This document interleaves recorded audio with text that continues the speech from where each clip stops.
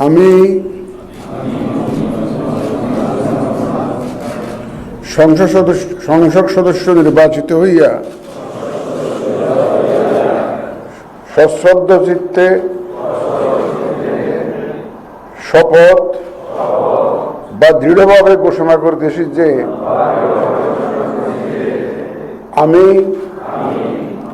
যে কর্তব্যভার গ্রহণ করিতে যাইতেছি তাহা আইন অনুযায়ী ও বিশ্বস্ততার সহিত পালন করিব। আমি বাংলাদেশের প্রতি অকৃত্রিম বিশ্বাস ও আনুগত্য পোষণ করিব এবং সংসদ সদস্যরূপে আমার কর্তব্য পালনকে ব্যক্তিগত স্বার্থের দ্বারা প্রভাবিত হইতে দিব না। ধন্যবাদ।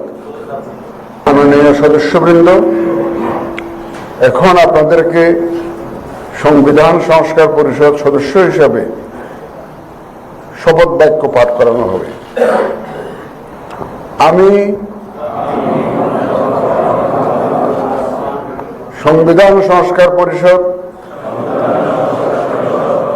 সদস্য হিসাবে সশ্রদ্ধ চিত্তে শপথ করিতেছি যে আমি যে কর্তব্যভার গ্রহণ করিতে যাইতেছি তাহা আইন অনুযায়ী ও বিশ্বস্ততার সহিত পালন করিব। আমি বাংলাদেশের প্রতি অকৃত্রিম বিশ্বাস ও আনুগত্য পোষণ করিব এবং পরিষদ সদস্যরূপে আমার কর্তব্য পালনকে